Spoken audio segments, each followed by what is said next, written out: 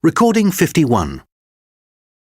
You will hear a conversation between an assistant at a community centre and a man who wants to join some evening classes. First, you have some time to look at questions 1 to 6.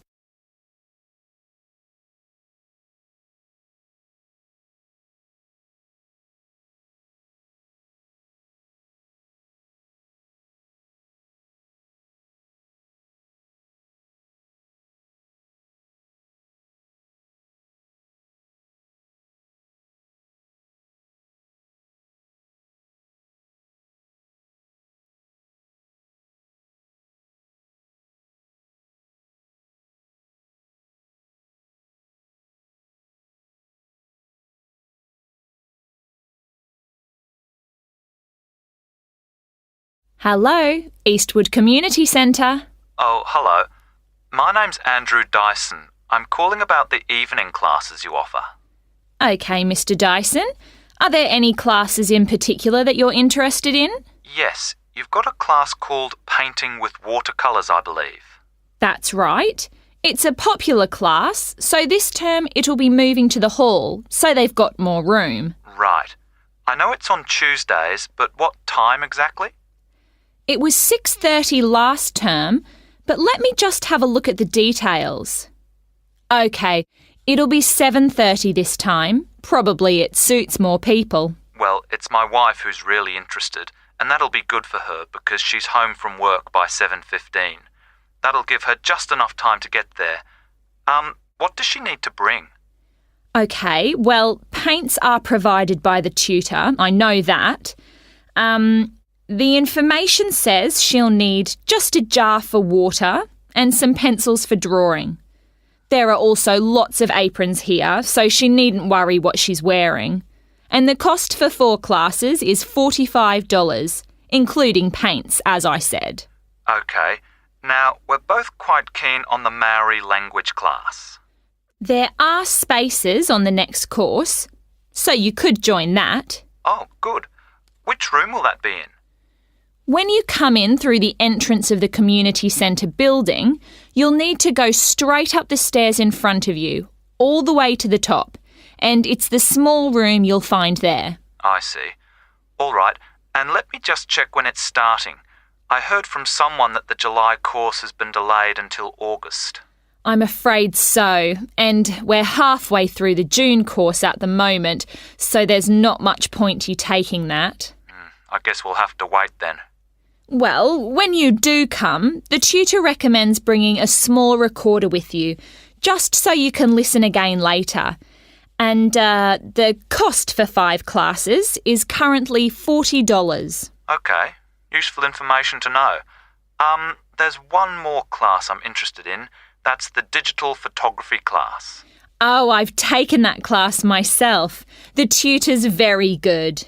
That'll be in room 9, and it's starting in 2 weeks' time, in the evening, every Wednesday at 6 o'clock. Obviously I need to bring the camera with me. I suppose it'd be useful to have the instructions that go with the camera too? I'd say so. Some people bring along a lot of accessories like extra lenses, but there's really no need for this class. It's mainly focusing on composition, really, and getting the most out of the basic camera. That's exactly what I need. And how much does it cost? Let's see. For 4 classes, it's $35. But if you take 8, it works out as $55. So you're making a bit of a saving. $15, that is. I see. Before you hear the rest of the conversation, you will have some time to look at the questions 7 to 10.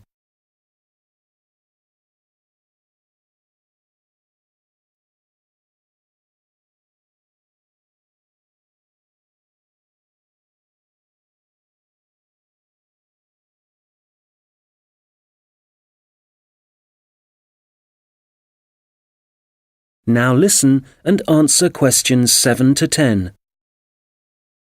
OK, now just another question for the watercolours class. I've just remembered that my wife asked me to find out about the level. Who's it for? OK, well, you don't have to be very skilled or anything like that. It's designed for beginners, actually. People who might see art as a hobby rather than as a professional opportunity. That sounds like my wife. And, who do I talk to if I want to find out some more about the Maori language classes? Probably best to talk to the tutor directly. He'll be in the office in about half an hour. His name's Jason Kuai. That's Kahhui. Good. I'll give him a call. Oh, if you do decide to come to the photography class, don't forget to look at your camera battery and make sure it's charged. I know it sounds obvious, but I've seen a few people suddenly find the cameras stopped working right in the middle of class. Yes, I can imagine it'd be easy to forget that. Oh, that reminds me. In the final week of the photography course, is it right that there's a visit to a show in the local area? I work in the city, you see, so I might have to come home early for that one. Yes, they'll decide the date once the class has started. Is there anything else I can... That is the end of section 1. You now have half a minute to check your answers.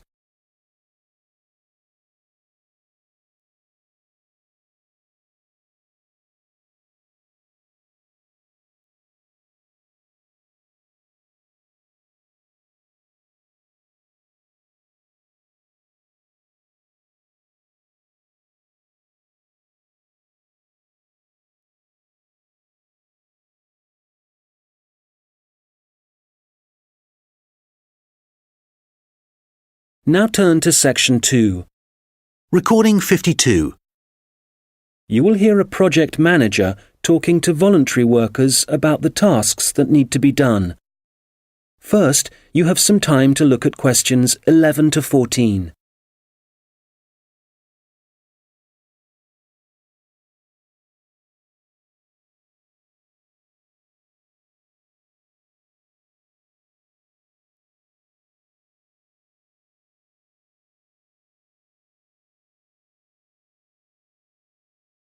Good morning.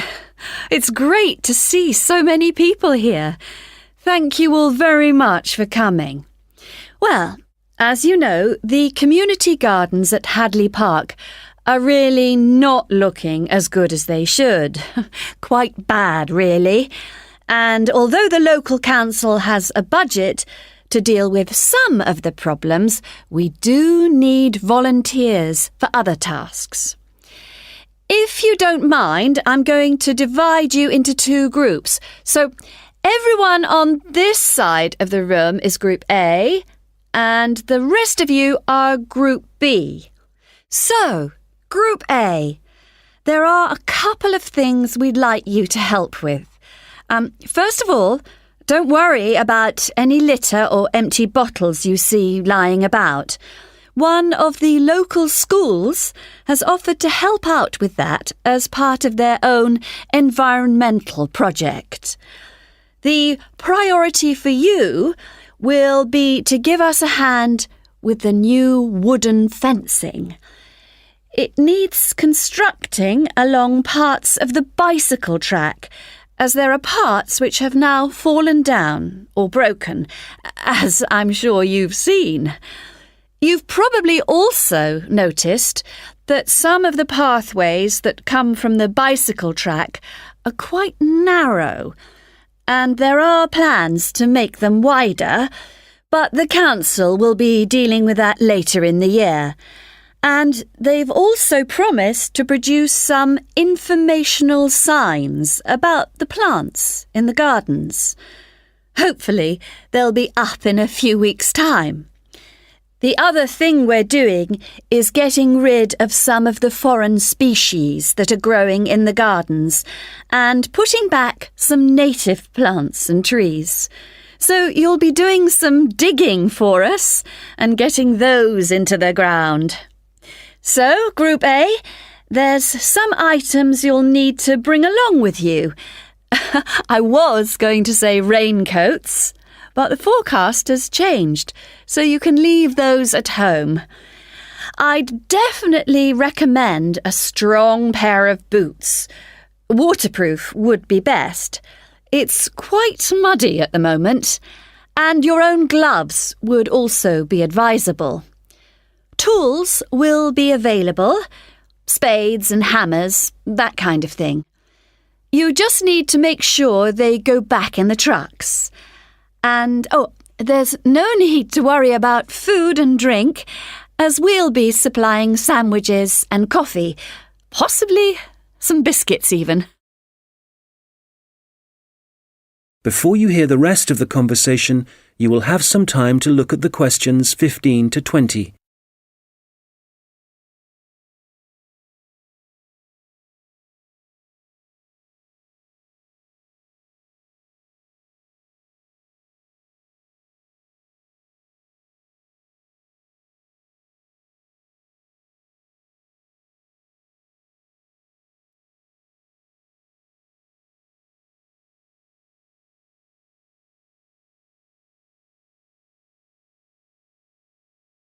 Now listen and answer questions 15 to 20.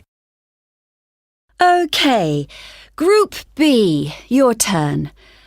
Does everyone have a copy of the plan? Oh, great. OK. We'll all be meeting in the car park. That's on the bottom of the plan. See?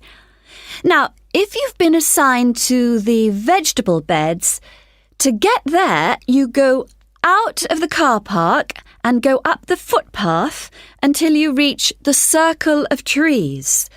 There they are, in the middle of the plan. And you see that the footpath goes all the way around them.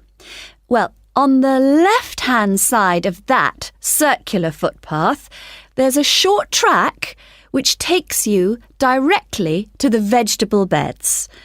You can see a bamboo fence marked just above them. All right? OK, if you're helping out with the beehives, pay attention. Look again at the circle of trees in the middle of the plan and the footpath that goes around them. On the right side of that circle, you can see that the footpath goes off in an easterly direction, heading towards the right-hand side of the plan. And then the path splits into two, and you can either go up or down. You want the path that heads down. And at the end of this, you see two areas divided by a bamboo fence. And as we're looking at the plan, the beehives are on the right of the fence. The smaller section, I mean. Now, don't worry, all the bees have been removed. You just need to transport the hives back to the car park. OK, for the seating, look at the circular footpath. At the top of it, there's a path that goes from there and takes you up to the seating area, alongside the bicycle track, and with a good view of the island, I suppose. OK, if you're volunteering for the adventure playground area, let's start from the car park again and go up the footpath, but then you want the first left turn. Go up there and then you see there's a short path that goes off to the right. Go down there and that's the adventure playground area, above the bamboo fence. That fence does need repairing, I'm afraid. Right, what else? Oh yes, the sand area. We've got that circular footpath in the middle. Find the track that goes east, towards the right-hand side of the plan, and where that track divides, you need the little path that goes up towards the bicycle track. The sand area is just above the bamboo fence there. And finally, the pond area. So it's on the left-hand side of your plan, towards the top, just above the fruit bushes and to the left of the little path. OK, As I said already, hopefully we'll be... That is the end of section 2. You now have half a minute to check your answers.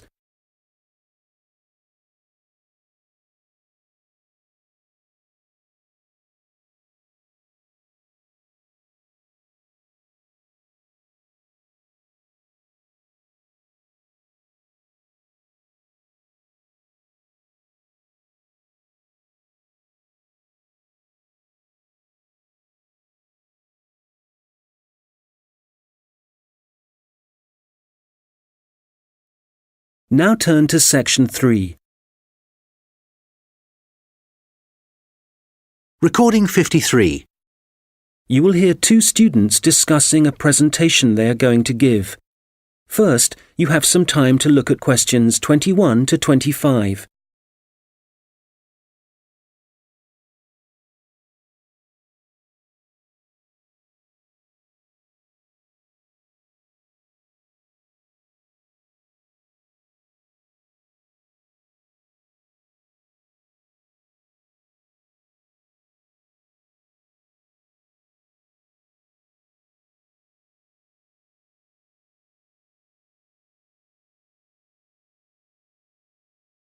Hi, Robert. Hi.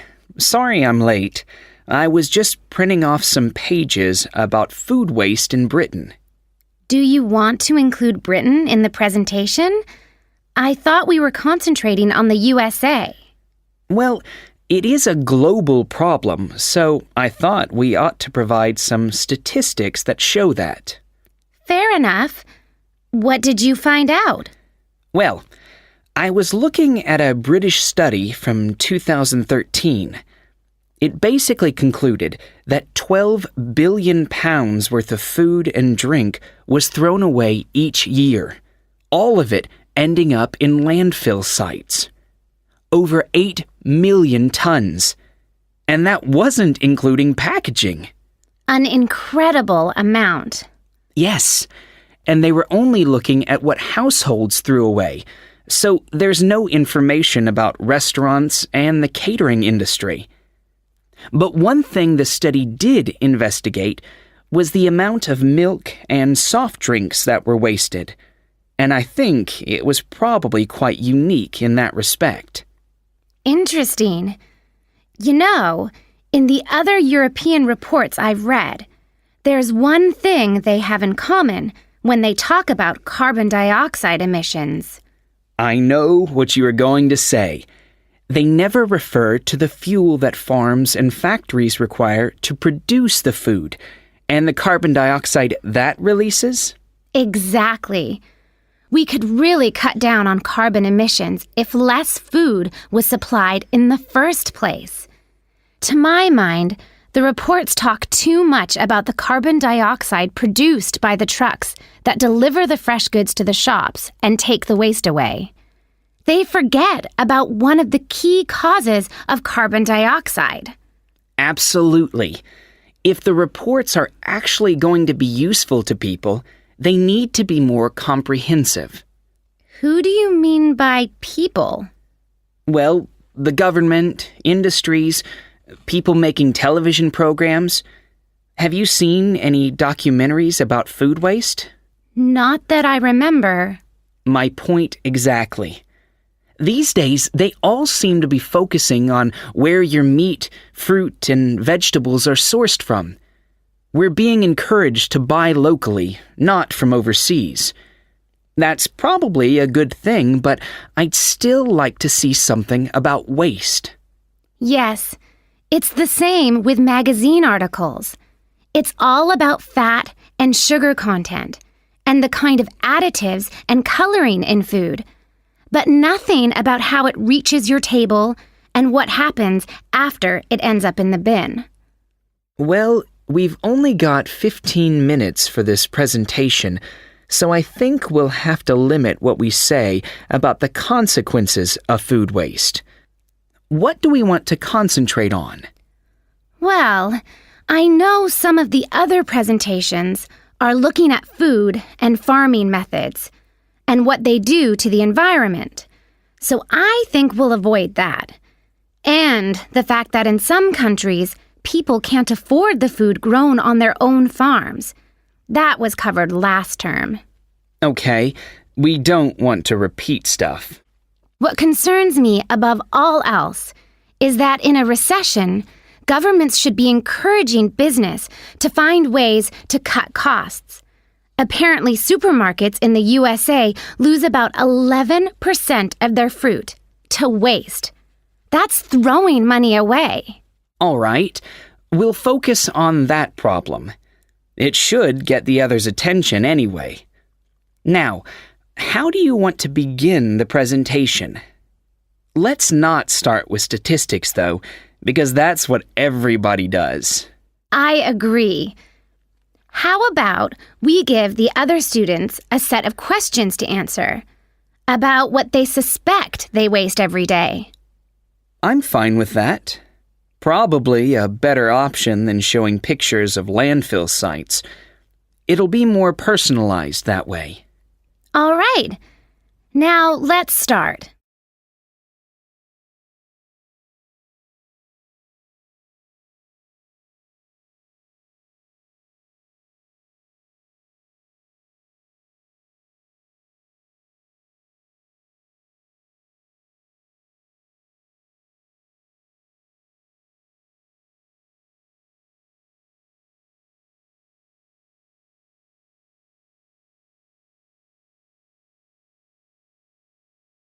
Now listen and answer questions 26 to 30. Okay, shall we now have a look at the projects that different researchers and organizations are working on? For me, the project I really liked was the one at Tufts University. You know, where they've invented tiny edible patches to stick on fresh foods that show you what level of bacteria is present, and so whether you can still eat it. It's a great idea, as it tells you if you need to hurry up and eat the food before it goes off. The other good thing about the patches is that apparently they'll be cheap to manufacture. Good. Then the other thing I thought was great was the Massachusetts Institute of Technology project. I hadn't seen that. Well, they've developed these sensors that can detect tiny amounts of ethylene. Ethylene is the natural plant hormone in fruit that makes them turn ripe, apparently. The researchers think that they can attach the sensors to cardboard boxes, and then supermarkets can scan the sensors with a portable device to see how ripe the fruit inside is. That's got to be a quicker way to check for ripeness than taking each box off the shelf and opening it. Definitely. And I thought that Lean Path was worth mentioning too. Their waste tracking technology means that caterers can see how much food is being wasted and why. That'll increase profits for them eventually. Yes. And did you read about 0%? They've produced this smartphone application that allows restaurants to send donation alerts to food charities. The charities can then pick up the unwanted food and distribute it to people in need. In the long run, that'll definitely benefit poorer families in the neighborhood. No kid should go to school hungry. I agree. And I read that quite a few local governments in the USA are thinking about introducing compulsory composting in their states. So you can't put any food waste into your rubbish bins, just the compost bin. Well, I guess that means a bit more work for people. I mean, they have to separate the organic and inorganic waste themselves before they take it out to the compost bin, and you know how lazy some people are. But I guess if we all start composting, we'd be doing something positive about the problem of food waste ourselves, rather than relying on the government to sort it out. Having said that, not everyone has a garden, so I guess... That is the end of section 3. You now have half a minute to check your answers.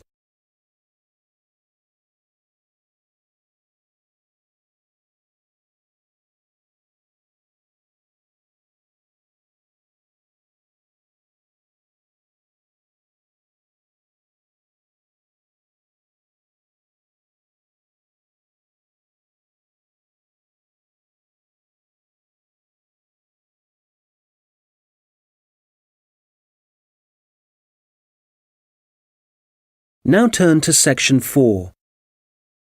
Recording 54. You will hear a lecture about Maori kite making. First, you have some time to look at questions 31 to 40.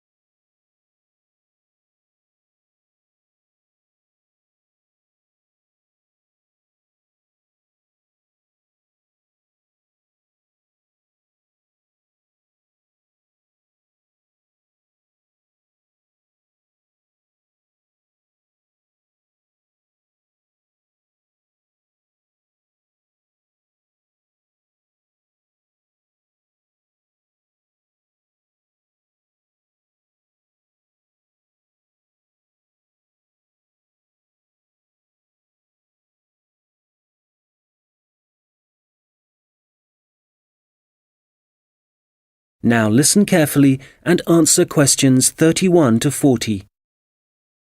Well, good morning, everyone. As you know, we've been looking at different kinds of art and craft that were practiced by the Maori people of New Zealand, at least before the Europeans began to arrive in the 18th century. So, the focus of this lecture is kite making, how the kites were made, their appearance, and the purposes they served. Well, let's start with the way they were made. As with other Maori artistic traditions, kite making involved certain rituals. So, firstly, only priests were allowed to fly and handle the largest, most sacred kites. There were rules too, for the size and scale of the kites that the priests had to follow, and during the preparation of both small and large kites, food was strictly forbidden. In terms of appearance, kites were frequently designed in the image of a native bird, or a Maori god, and sometimes, perhaps less often, a well-known hero. You can imagine that when Maori first arrived in the new country, in New Zealand, it may have taken some time to find suitable materials for their kites. But, through trial and error no doubt, they found plants and trees that provided bark and even roots that they could use to make the frames and wings of their kites. And after the frame had been constructed, the kite then had to be decorated. For this, the priests used long grasses, and these, when the kite was in the air, would stream along behind it. They also used a variety of feathers to add colour to their creations. Well, all this meant it was easy to see a kite in the sky, but you could also hear Maori kites. They could be quite noisy indeed, and this was because some priests liked to hang a long row of shells from the kite. You can imagine how they'd rattle and clatter in the wind, how they might completely capture your attention. As I said before, the most common image was probably a bird, and that's the same for other kite-making cultures. But the kites were designed in particular shapes. So, there were kites that were triangular, rectangular, and also shaped like a diamond. And some of them were so large it would actually require several men to operate them.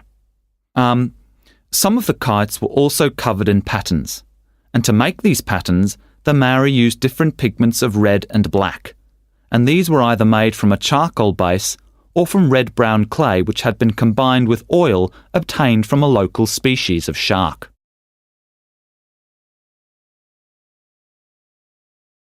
Now, before I forget, if you have a chance, do visit the Auckland Museum, because they have the last surviving Birdman kite on display. This is the kind of kite that has a wooden mask at the top of the frame. It's a mask of a human head, and you can clearly see it has a tattoo and also a set of teeth. Quite impressive, and a good example of Maori craftsmanship and symbolism.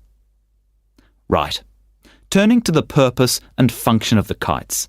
They certainly had multiple uses. Primarily, the flying of kites was a way of communicating with the gods, and when the kites rose into the air, the Maori used them to deliver messages, perhaps requesting a good harvest, good fortune in war, a successful hunting expedition. So these kites were incredibly valuable to a community, treasured objects that one generation would pass to the next. People would also fly kites for other reasons. For example, to attract the attention of a neighbouring village. This was done when a meeting was required between Maori elders, a convenient method indeed. And finally, when it comes to war, there are traditional stories that describe how when a Maori warrior found himself surrounded by his enemies, a kite could actually provide the possibility of escape. The kites were powerful enough to take a man up into the air, and for this reason, they could also be used to lower him into enemy fortifications so that an attack could begin from the inside. Well, I'm happy to say there seems to be a revival and growing interest in kite making, and